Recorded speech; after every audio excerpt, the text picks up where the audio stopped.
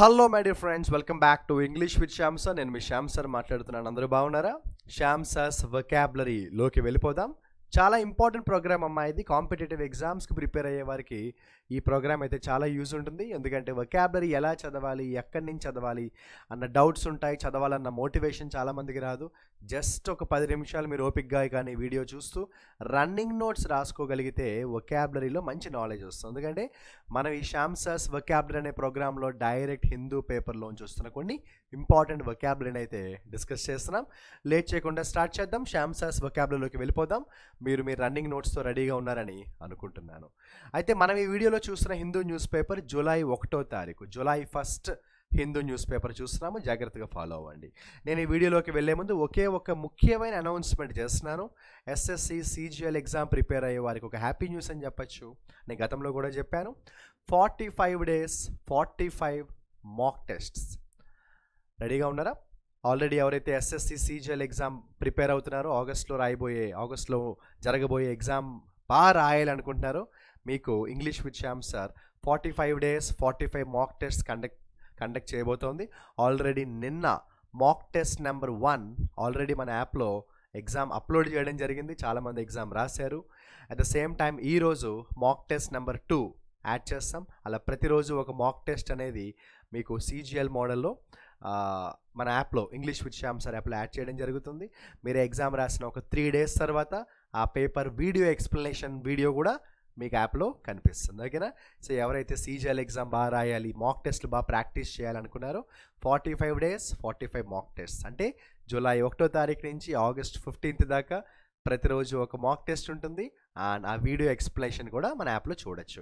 ఇక లేట్ చేయకుండా స్టార్ట్ చేద్దాం. జూలై 1వ తారీఖు హిందూ న్యూస్ పేపర్లో ఒక బ్యూటిఫుల్ ఆర్టికల్ వచ్చింది. ఈ ఆర్టికల్ చదివితే నాకు కొంత బాధగా కూడా అనిపించింది. ఎందుకంటే రీసెంట్గా చాలా చోట్ల తొక్కిసలాట జరుగుతోంది. చాలామంది చనిపోతున్నారు భక్తి పేరుతో. కొన్ని మరణాలు చూస్తుంటే స్పోర్ట్స్ పిచ్లో, లేదంటే స్పోర్ట్స్ కారణంగా మరికొన్ని, లేదంటే సినిమా టికెట్ల కారణంగా ఏదో ఒక రీజన్ వల్ల తొక్కిసలాటలో చాలామంది చనిపోతున్నారు. దానికి సంబంధించిన ఆర్టికల్. ఇక లేట్ చేయకుండా మొదలు పెట్టేద్దాం. ఇది జూలై 1వ తారీఖు Hindu news paper editorial article అమ్మ. సెకండ్ ఆర్టికల్ వచ్చింది. ఓకేనా? సెకండ్ ఆర్టికల్ వచ్చింది. స్టార్టింగ్లోనే హెడ్లైన్స్లో ఒక బ్యూటిఫుల్ వొకాబులరీ ఉంది చూడండి. వాడు ఏమన్నాడంటే షియర్, SHEER. మీకు అర్థమైపోతుంది. షియర్ నెగ్లిజెన్స్ అంటే బాధ్యత లేకపోవడం. షియర్ అంటే చాలా. సో రాసేసుకోండి. షియర్ అంటే వెరీ మచ్. షియర్ అంటే వెరీ మచ్. అట్టర్ అని కూడా అంటాం. అట్టర్ నెగ్లిజెన్స్ అని కూడా అంటాం. నేను ఇందాక నుంచి తొక్కిసలాట అన్న వర్డ్ చాలాసార్లు తెలుగులో వాడాను. అదే ఇప్పుడు ఇంగ్లీష్లో చూస్తున్నాం. ఏంటంటే స్టాంపీడ్ అంటే తొక్కిసలాట. అది ఎలా రాసుకుంటారో మీ ఇష్టం. మీకు అర్థమైతే నైస్. స్టాంపీడ్ జరిగిందంటే తొక్కిసలాట జరిగిందని అర్థం. ఓకేనా? ఇక థర్డ్ వొకాబులరీకి వచ్చేటప్పటికి ఏంటంటే చారియట్ అనే ఒక వొకాబులరీ ఉంది. దాన్ని ఎలా ప్రొనౌన్స్ చేస్తారో పక్కన పెడితే దాని మీనింగ్ ఏంటంటే రథం. రీసెంట్గా జరిగిన తొక్కిసలాట కూడా ఏంటంటే ఒక రథాన్ని ఊరేగిస్తున్న ప్రాసెస్లో భాగంగా జరిగిన తొక్కిసలాట. సో చారియట్ అంటే ఒక రథం. ఓకేనా? యూ కెన్ రైట్ రథం. చారియట్ అంటే ఏంటంటే రథం అని రాసుకోండి. రథం. మనం దేవుణ్ణి రథం ఎక్కించి ఊరేగిస్తాం కదా, అలా అనమాట. అయితే చారియట్ అంటే రథం. మరి ఊరేగింపుని ఏమంటాము? ప్రొసెషన్.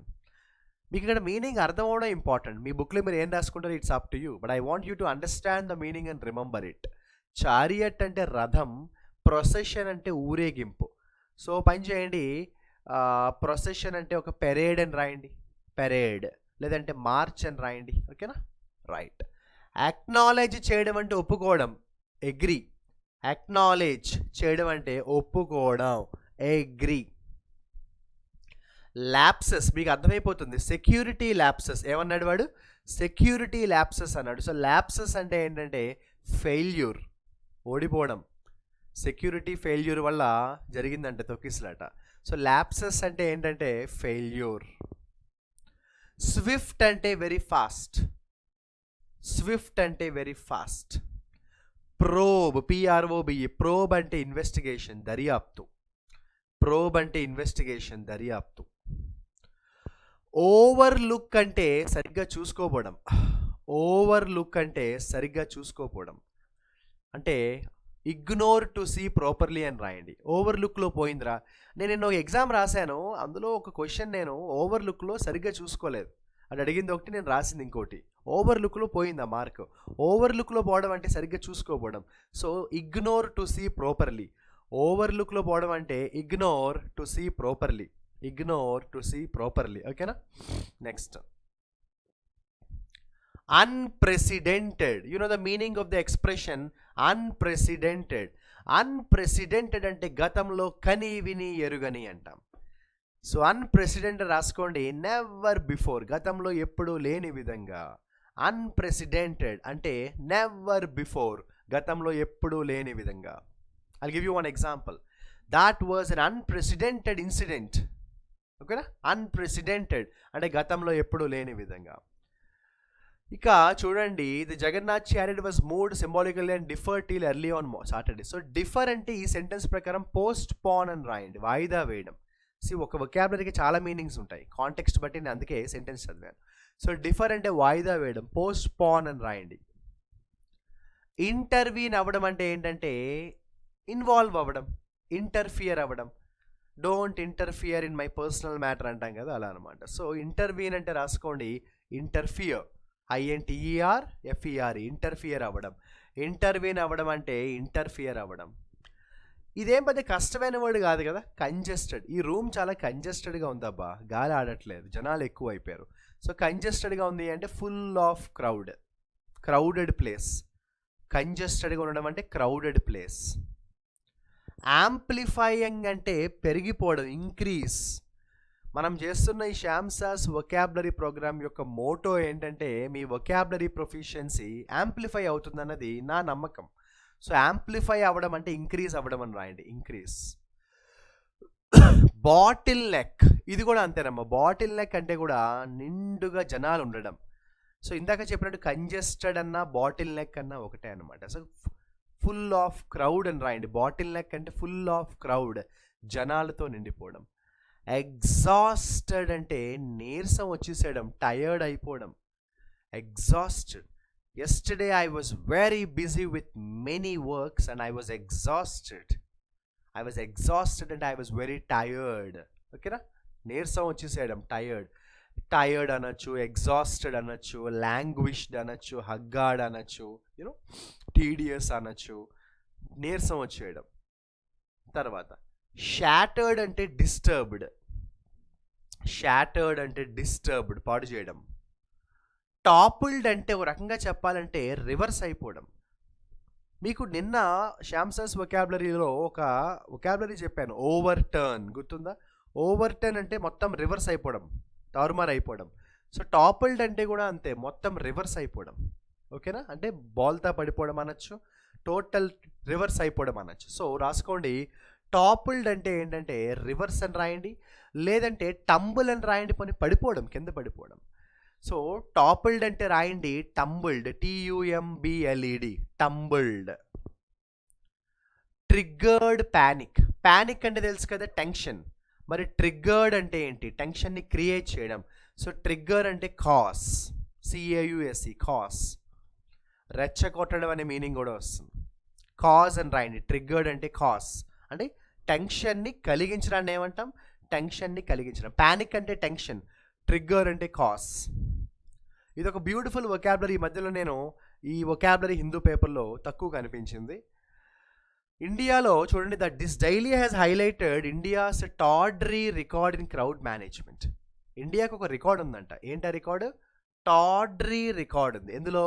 ఇలాంటి సంబరాలు, ఊరేగింపులు, లేకపోతే ప్రొసెషన్స్ జరిగేటప్పుడు మన యొక్క మేనేజ్మెంట్ ఎంత బ్యాడ్గా ఉంటుందన్న ఒక బ్యాడ్ రికార్డ్ ఉందంట. సో టాడ్రీ రికార్డ్ రాసుకోండి, బ్యాడ్ రికార్డ్.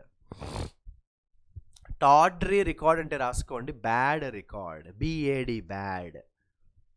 పూర్ అని కూడా అనొచ్చు, POR, poor. Tawdry record. This candidate has a tawdry record in his profession. So tawdry అంటే బ్యాడ్ కామ పోర్. డిస్కోర్స్ అంటే డిస్కషన్. ఒక విషయం గురించి మనం డిస్కషన్ చేస్తే ఏమంటామంటే డిస్కోర్స్ అంటాం. సో డిస్కోర్స్ అంటే డిస్కషన్. ఓకే. లెక్చర్ అని కూడా అనొచ్చు. షీల్డ్ అంటే కాపాడడం, ప్రొటెక్ట్. షీల్డ్ అంటే ప్రొటెక్ట్ అని రాయండి, గాడ్ అని కూడా రాయొచ్చు, GUARD, గాడ్ అని కూడా రాయొచ్చు. ఫార్టిఫై అని కూడా రాయొచ్చు, ఫార్టిఫై అంటే కూడా ప్రొటెక్ట్. సో షీల్డ్ అంటే ప్రొటెక్ట్. ఎంట్రెంచ్డ్ అయితే రీసెంట్గా జరిగిన తొక్కిసలాటలో ముఖ్యంగా ఏమైందంటే విఐపి, ఏదైతే విఐపి దర్శన్ ఉంటుంది కదా, సో విఐపి దర్శన్ వల్ల కూడా ప్రాబ్లం చాలా పెద్దదైందంట. అంటే వాళ్ళను పంపించడానికి వీళ్ళను చాలాసేపు ఆపేశారు. సో వాట్ ఎవర్, అది ఇండియాలో చాలా కాలం నుంచి పాతుకుపోయిన ఒక వ్యవస్థ, ఏది విఐపి వ్యవస్థ. అదే అన్నాడు entrenched VIP culture.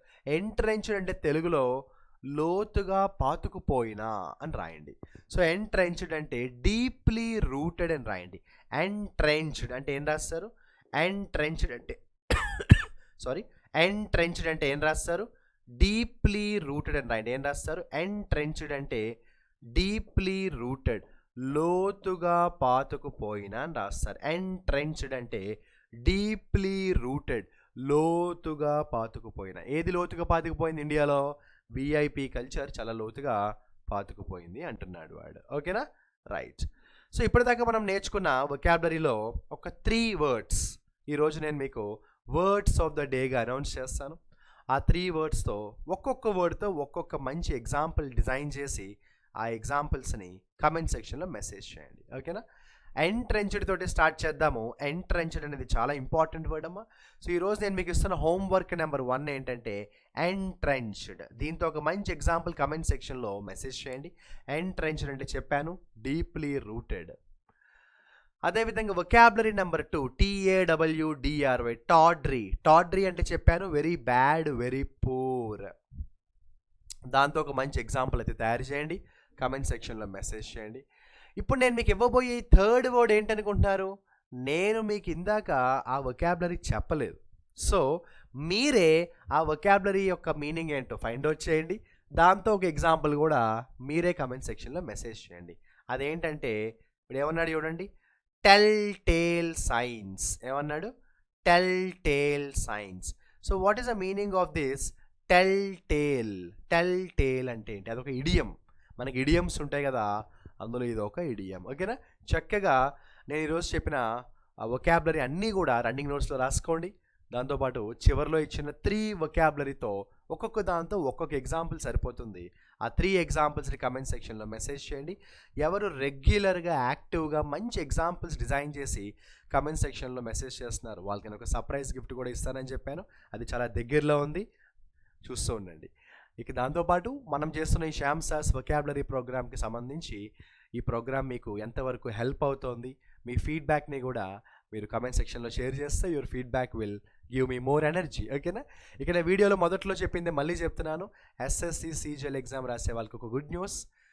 45 days 45 mock tests conduct చేయబోతున్నాము మన ఇంగ్లీష్ విత్ శ్యామ్ సార్ యాప్లో. ఓన్లీ ఇంగ్లీషే ఉంటుంది అందులో. ఓకేనా? సో ఆ మాక్ టెస్ట్లో ఓన్లీ ఇంగ్లీషే ఉంటుంది. 25 క్వశ్చన్స్ ఉంటాయి, 50 మార్క్స్ ఉంటాయి, 20 minutes టైం. సేమ్ మన CGL మోడల్లో. ఇంకా చెప్పాలంటే ఒరిజినల్ CGL మోడల్ కంటే కొంచెం టఫ్గానే నేను క్వశ్చన్స్ని దగ్గరుండి డిజైన్ చేశాను. నేను ఆల్రెడీ మాక్ టెస్ట్ 1 మన యాప్లో షేర్ చేశాము. అది చాలామంది రాశారు. చూడాలి స్కోర్స్ ఎలా వస్తాయో. ఈరోజు మాక్ టెస్ట్ 2 యాడ్ చేయబోతున్నాను. అలా July 1st నుంచి August 15 దాకా 45 days 45 మాక్ టెస్ట్. కొంతమంది SSC MTS గురించి అడిగారు. సార్ మాకు SSC MTS 6 months కోర్స్ పెట్టారు మన యాప్లో, 3 months కోర్స్ పెట్టండి అన్నారు. ఎస్, ఈరోజు నేను మన ఇంగ్లీష్ విత్ శ్యామ్ సార్ యాప్లో SSC MTS 3 months కోర్స్ కూడా నేను యాడ్ చేస్తాను. ఇక లాస్ట్గా మరో కొంతమంది ఏమన్నారంటే sir black book vocabulary course మేము తీసుకుంటాం సార్, మాకు అది చాలా ఉపయోగపడుతుంది, అయితే ఒక డెమో వీడియో పెట్టండి సార్ అన్నారు. ఓకే, సో మీరు అడిగారు కాబట్టి నేను ఈరోజు ఆ బ్లాక్ బుక్ వొకాబులరీ కోర్స్ ఏదైతే ఉందో అందులో ఒక వీడియో అన్లాక్ చేసి పెడతాను, డెమో వీడియోలాగా. మీరు కావాలంటే చూడండి. ఓకేనా? Wish you all the best and good luck.